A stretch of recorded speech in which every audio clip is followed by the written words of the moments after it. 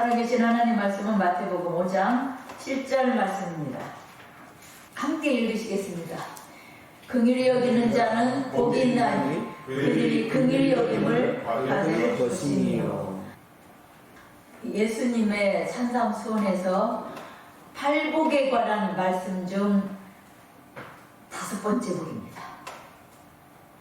앞에서 어떤 게 복 있는 자라라고 복을 받을 자는 이렇게 해야 된다가 아니고 이런 자가 복 있다 하신 거예요.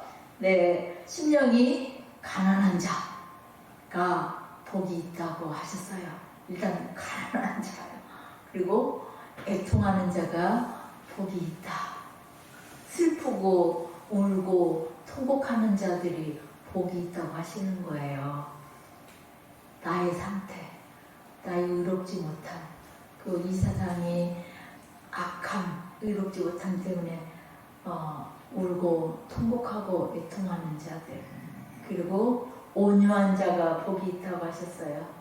이래도 좋고 저래도 좋고 그래 네가 잘 되라 그런 게 아니고 나의 본성을 이기고 하나님 앞에 무릎 꿇릴 수 있는 힘, 그게 온유함이라고 그랬죠. 온유한 자가 복이 있다라고 했고요. 의에 줄이고 목마른 자, 의를 지극히 갈망하는 자, 선수들이 승리를 갈망하듯이 지금도 나는 승리에 목말라 있다 라고 하는 것처럼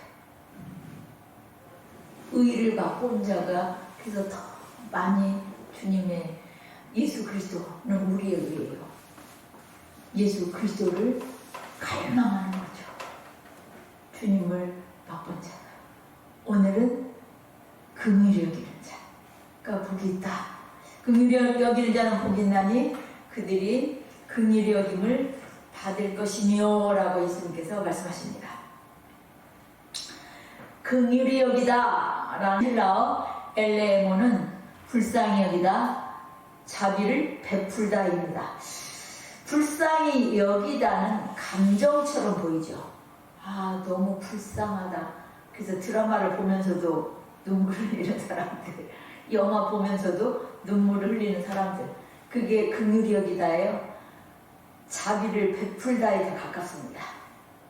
긍휼히 여기다는 불쌍히 여기고 자비를 베푸는 것.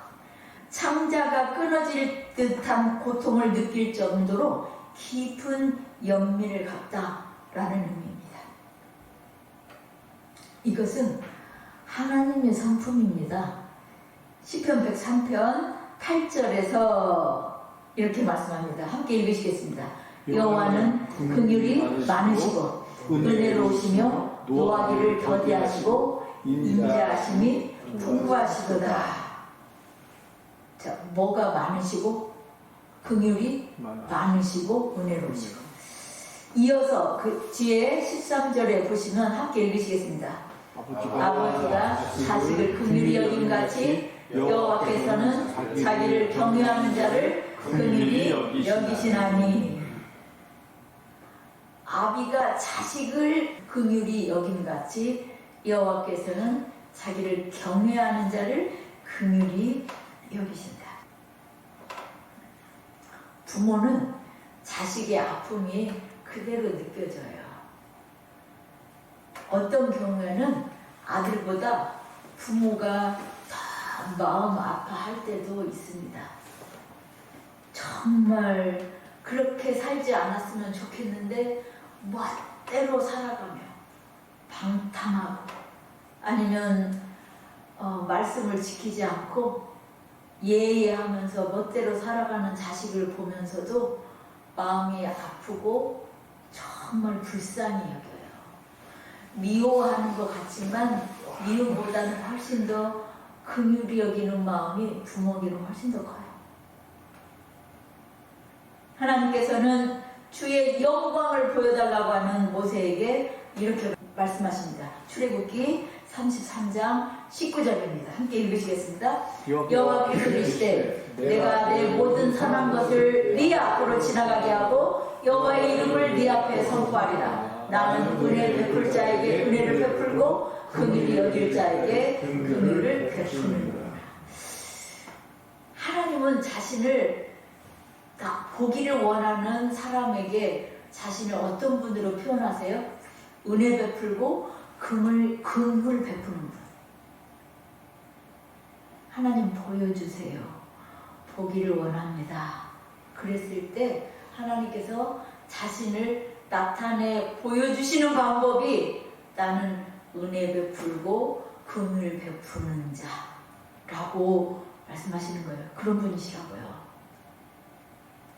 사랑은 특정한 대상이 정해지지 않고 누구에게나 가져야 하는 마음이라고 한다면, 긍휼은 비참한 처지에 있는 사람을 보고 공감하고 불쌍히 여기고 도움을 주는 것을 말합니다. 그러니까 먹을 것이 없는 사람에게 어려운 처지를 공감하고 먹을 것을 주는 것입니다. 외로운 사람에게 친구가 되어주는 것입니다. 질병으로 고통당하는 사람의 고통을 경감시켜주기 위해 약을 주고 보살펴 주는 것이 긍휼입니다. 서울대학교 의대를 졸업하고 서울대 의학박사, 사랑의 병원원장, 이롬 생명과학연구원장, 국제사랑의 봉사단 설립자로 알려진 황성주 박사는 암 환자들을 섬기면서 그들의 고통을 덜어주기 위해 생식을 개발하게 됩니다. 국민일보의 역경의 열매에서 그는 이렇게 말합니다. 암의 원인 중 70% 정도가 먹는 것과 직간접적으로 연결되어 있기 때문에 식이요법은 정말 절박한 것이다. 암 환자의 고통을 생각해서 식이요법을 연구하고 생식을 개발하며 비즈니스라는 새로운 세계에 진입할 수 있었다. 이웃을 사랑하는 마음, 긍휼히 여기는 마음, 소중히 여기는 마음이 비즈니스 영역에서 가장 강력한 동기부여가 된다. 이롬 춘천 공장에 가면 하나님과 사람 앞에 부끄러움이 없는 제품을 만들겠습니다 라는 표어가 있다. 비즈니스는 다른 사람에게 행복을 주는데 그 묘미가 있다. 예수님께서 긍휼히 여기시는 자는 복이 있나니 그들이 긍휼히 여김을 받을 것이며 라고 말씀하십니다. 이 말씀을 하는 당시 로마인들은 아기를 낳았을 때 그 아버지가 아기를 보고 허약하게 보이면 죽일 권리가 있었다고 합니다. 그래서 죽도록 내버려 두거나 버려지는 아이들이 있었다고 해요. 장애를 갖고 있거나 허약하게 보이는 아이들. 그러면 로마의 식민지로 살고 있던 이스라엘 사람들은 어떨까요? 이스라엘 사람들은 하나님의 은혜와 긍휼을 많이 입은 사람들입니다. 그런데 다시 당시 종교 지도자들은 눈에는 눈, 이에는 이 방식의 율법을 적용하고 가르쳤습니다. 율법을 지키려다가 이렇게 무자비하게 된 것입니다. 하나님께서는 사람들을 억압하고 무자비하게 만드시기 위해서 율법을 주신 것이 아닙니다. 하나님께서는 서로 불쌍히 여기도록 하나님의 백성들에게 율법을 주셨습니다. 그런데도 지도자들은 자신들은 지키지 않으면서 다른 사람들은 지켜야 한다고 가르쳤습니다. 지금 우리나라 정치 지도자들은 어떻습니까? 그들도 똑같지 않아요? 자신도 똑같은 잘못이 있으면서 다른 사람을 조사하는 특검이 되었다가 고발당합니다. 서로 싸우면서 그들 모두 죄인이라는 것을 서로 드러내고 있습니다. 그 모두 감옥에 가야 하는 사람들이 지금 다스리고 있는 거죠. 그럼 그 지도자들만 그럴까요? 우리는 어떻습니까? 우리도 똑같은 죄인들입니다. 뭘 보면 알아요? 그냥 우리가 일상생활에서 싸우는 거 보면 알아요. 서로 상대방의 잘못만 지적하기 때문에 싸워요. 그 일을 정치 지도자들은 다 보이는 만자 중에서 그렇게 하는 겁니다. 하도 싸우기만 하고 상대방한테 막 사퇴하세요. 이런 말들을 남발을 하니까 자신들이 전부 재판관이에요. 국회 의원들 나와 있는 청문회장이 전부 다 재판장들이에요. 그래서 누가 올바르게 된 사람이 저 가운데 누가 있나 할 수가 없어요. 한 명도 없는 것 같아요. 예수님께서는 긍휼히 여기는 자는 복이 있다라고 하십니다. 그들이 오히려 긍휼히 여김을 받을 것이기 때문입니다. 다른 사람을 긍휼히 여기는 사람은 이미 복이 있는 사람입니다. 하나님의 성품을 가지기 때문입니다. 미워하는 마음보다 긍휼하는 마음이 있으면 미워하는 마음이 없어요. 불쌍해 보이기 때문이죠. 우리가 다른 사람을 긍휼히 여길 수 있는 것은 우리가 하나님의 긍휼을 경험했다는 증거이기도 합니다. 우리는 모두 죄인입니다. 하나님 앞에서 내가 지은 죄를 생각한다면 도저히 살아남을 수 없고 진노를 받아 멸망했어야 마땅한 존재들입니다. 그러나 하나님의 긍휼하심 때문에 살아남았고 지금도 살아 있습니다. 이것을 예레미야 선지자는 이렇게 표현합니다. 예레미야가 3장 22절에서 23절입니다. 함께 읽으시겠습니다.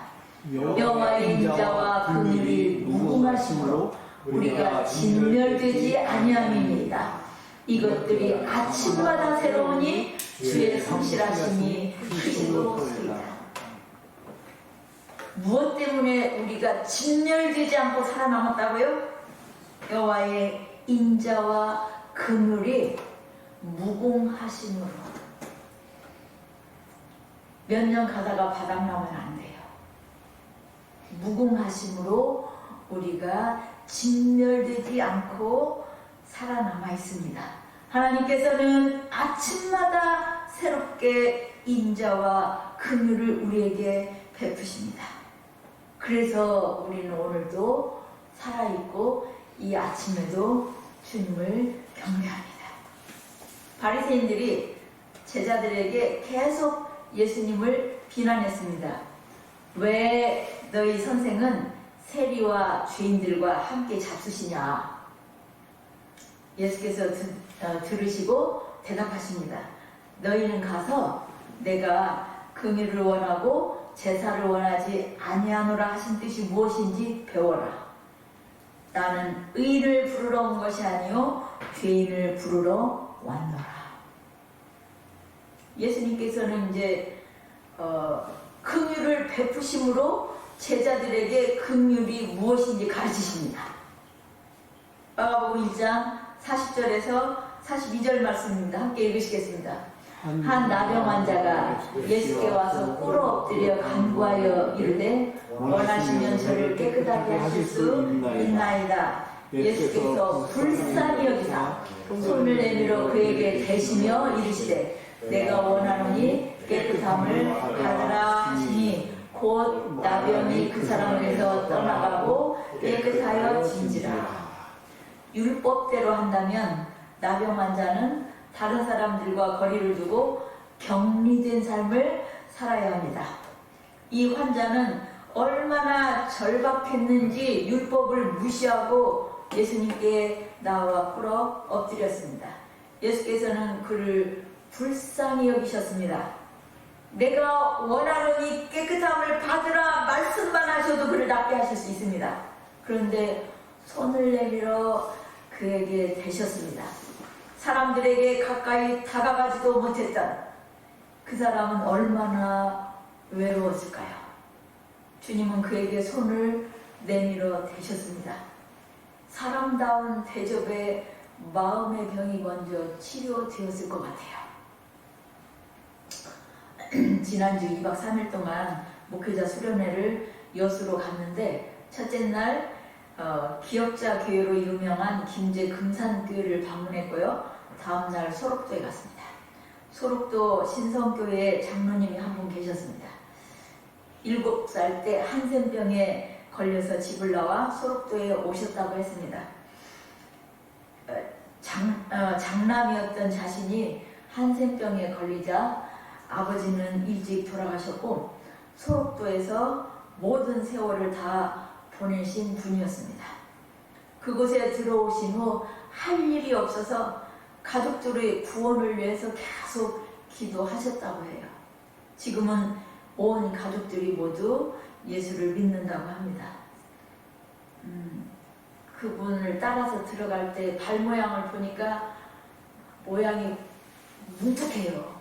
이상해요. 그러니까 양말을 신었기 때문에 잘 보이지 않지만 모양이 뭉툭한 무슨 덩어리 갖다가 이렇게 놓은 것처럼 그렇게 생겼어요. 손 모양도 그래요. 그런데 예배를 위해서 피아노 반주를 장로님이 하셨습니다. 피아노를 배우신 일이 없는데 찬송가를 악보 없이 반주하시는 거예요. 그 장로님을 보고 외로움이 크셨겠다라는 생각이 들었습니다. 질병 때문에 자신의 형태가 일그러지는 것도 두렵지만 가족들로부터 분리되는 외로움, 평생 그 섬에서만 살아온 외로움이 전해졌습니다. 소록도는 여의도 크기의 1.5배 정도의 면적을 갖고 있는 섬인데 여러 개의 교회가 있었고 중앙교회에는 3,000명 정도가 모인 적도 있었다고 합니다. 지금은 300명 정도가 섬에 남아있는데 우리나라에서는 한센병이 더 이상 발병하지 않기 때문이라고 합니다. 작은 사슴 모양을 하고 있어서 소록도라고 불리는 그 섬 자체가 슬픔과 외로움과 서러움의 섬으로 보였습니다. 예수님께서는 나병 환자를 불쌍히 여기시고 손을 내밀어 그에게 대셨습니다. 성경에는 예수님께서 불쌍히 여기신다라고 말씀하시기도 전에 나를 불쌍히 여기소서라고 외친 사람이 있죠. 누구예요? 소경 바디메오입니다. 마가복음 10장 46절에서 47절입니다. 함께 읽으시겠습니다.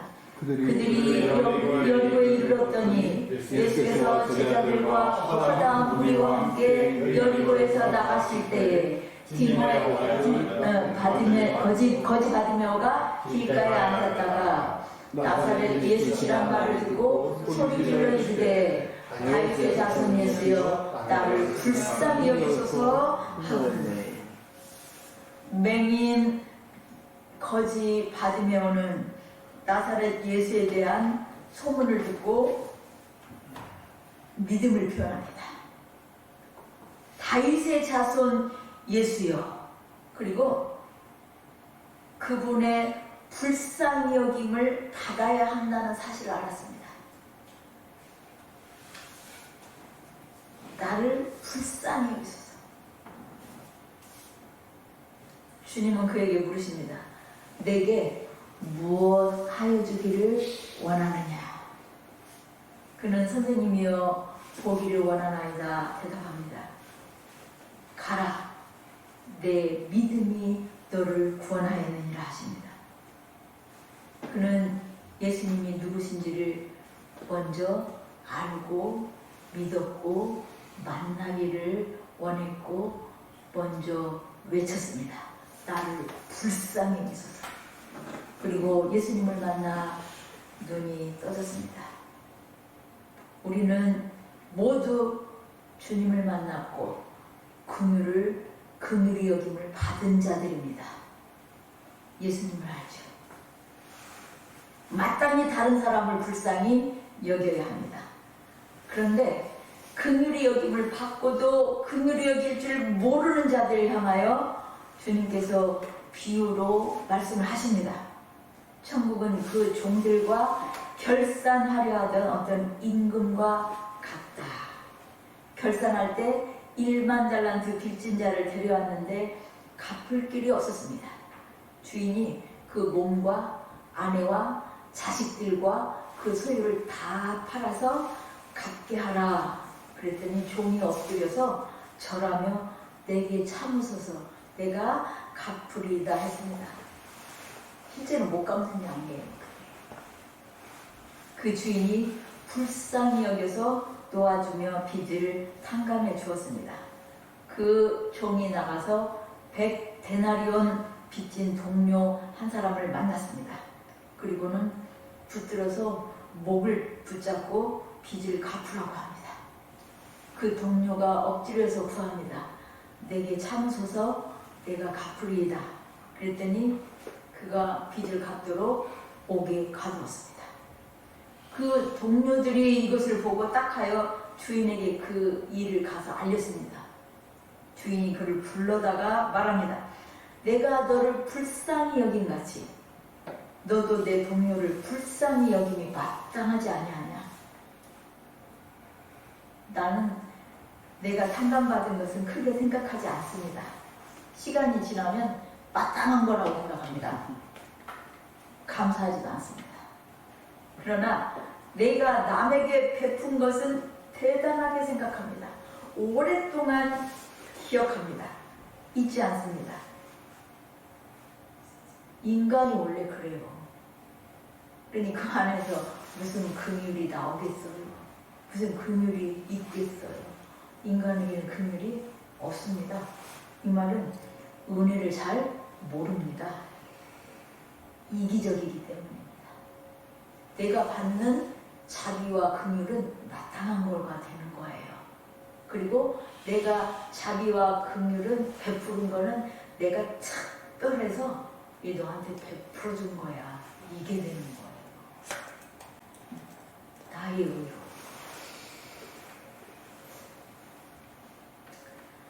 긍휼히 여기는 마음이 있다면 나에게 악을 행한 사람도 불쌍히 여기게 됩니다. 악을 악으로 갚지 않습니다. 긍휼히 여기는 사람은 악인이 망하는 것도 기뻐하지 않습니다. 잘못된 짓만, 악한 짓만 골라서 하더니 잘 망했다. 이렇게 말하지 않습니다. 왜요? 악인이 그 죄로 망하는 것을 하나님께서는 기뻐하시지 않습니다. 그러니까 긍휼히 여기는 마음은 하나님의 마음이에요. 나에게 악으로밖에 대할 줄 모르는 사람에게도 불쌍히 여기는 마음만이지 미워하고 똑같이 대하고 똑같이 갚으려고 하지 않아요. 이 긍휼히 여기는 마음이 있으면 주님께서 영광으로 모든 천사와 함께 오실 때 그 영광의 보좌에 앉으셔서 양과 염소를 구분하시는 것 같이 구분하실 것입니다. 오른편에 있는 자들에게 말씀하십니다. 내가 줄일 때에 너희가 먹을 것을 주었고 목마를 때에 마시게 하였고 나그네 되었을 때에 영접하였고 헐벗었을 때에 옷을 입혔고 병들었을 때에 돌보았고 옥에 갇혔을 때에 와서 보았느니라. 이때 의인들이 우리가 언제 그랬어요? 임금이 대답합니다. 여기 내 형제 중에 지극히 작은 자 하나에게 한 것이 곧 내게 한 것이니라. 무의식 중이라도 그냥 지나치지 않고 어려움을 당하고 있는 사람에게 다가갈 줄 알아야 돼요. 피해서 멀리 돌아가는 것이 아니라 구걸하는 사람이 있으면 멀리 돌아서 가는 것이 아니라 못 본 척하고 가는 것이 아니라 어려움 당하고 있는 사람 너무나 긴박한 상황이면요 말을 못하고 뭘로 말해요? 눈으로 말해요. 좀 도와주세요. 내가 지금 뒤에 협박받고 있는 사람이 누구인지를 알리고 싶은데 말로 못하니까 어떻게 해요? 눈으로도 말해요. 제발 나를 구해주세요. 이 뒤에 있는 사람이 나를 지금 못 살게 하는 그런 사람이에요 라고 구원을 눈으로 요청할 수도 있어요. 그런데 우리가 그냥 지나치지 않게 되길 원합니다. 사랑이 목말라 하는 사람들에게 다가갈 수 있기를 원합니다. 바쁘다고 그냥 지나가지 않게 되기를 원합니다. 제가요 주일날 예배 끝나고 이 앞에 저쪽으로 걸어갈 때 어떤 할머니 한 분이, 할머니 한 분 그러면 이제 저보다 더 늙은 분이에요. 한 분이 이 유모차 같은 거를 끌고 가시다가 이제 힘이 드셨는지 그 앞에 있는 주비드 상가 그 앞에서 멈춰가지고 그 위에 딱 앉으셨어요. 요새는 그게 이렇게 앉는 의자도 돼요. 아무 데서나 가다가. 거기에 딱 앉아 계시는 거예요. 근데 그 끌고 오시는 것부터 제가 나가다가 봤거든요. 그래가지고 제가 안녕하세요. 그리고 인사를 했어요. 그랬더니 그 할머니가 힘들었던 표정은 다 나가고 엄청나게 얼굴이 밝아지셔가지고요. 고맙다고 그러는 거예요. 저한테 고맙대요. 인사했더니 제가 왜 그렇게 했냐면요. 저하고 가까이 있던 선생님 이름이 이규민 선생님이라고 있었어요. 근데 그분이 자기 엄마가 이제 늙으셔서 이제 치매기도 있고 그러실 때 요양원에 나중에는 계셨어요. 그런데 거기 계시면서 이제 같이 밖에 나가서 엄마 따뜻한 데도 좀 앉아 계시라고 나 잠깐 저기 뭐 어디 갔다 온다라고 그랬더니 그러고 왔더니 그 엄마가 이제 따뜻한 곳에 벤치에 앉아있기는 했는데 왔더니 그러시더래요. 사람들이 나를 아무도 안 좋아하나 봐. 나를 안 좋아해. 그러시더래요. 그래서 왜요? 그랬더니 아무도 나한테 아는 척을 안 한다. 그리고 다 그냥 바쁘게 지나가기만 했대요. 아무도 나한테, 내가 여기에 이렇게 오래 앉아있었는데 아무도 나한테 아는 척을 안 했다. 그러시더래요. 제가 그 말을 들은 기억이 있어가지고 그분한테 가서 그랬어요. 그랬더니 고마워요. 저한테 그러시더라고요. 사람들이 많이 외로움에 그 사랑에 목말라 있는 사람들이 많이 있습니다. 우리가 그런 눈빛, 그런 사람들 그냥 지나가지 않고 긍휼을 베풀 수 있는 그런 자들이 되기를 소망합니다. 성경은 긍휼이 여기는 자는 긍휼을 받을 것이요 라고는 예수님께서 말씀하십니다. 긍휼이 여길 줄 모르는 자는요 마지막 심판 때에 긍휼을 기대할 수가 있어요 없어요? 없어요. 하나님의 긍휼을 기대할 수가 없어요. 성경은 야고보서 2장 13절에서 이렇게 말씀합니다. 함께 읽으시겠습니다. 긍휼을 행하지 아니하는 자에게는 긍휼 없는 심판이 있으리라. 긍휼은 심판을 이기고 자랑하느니라. 뭐가 심판을 이긴다고요? 긍휼이 심판을 이겨요. 저렇게 쌈박질만 하는 정치인들, 저 판도가 바뀔 수 있는 방법은 오직 하나예요. 뭐예요? 자신들의 잘못을 보고 상대방을 불쌍히 여기는 거예요.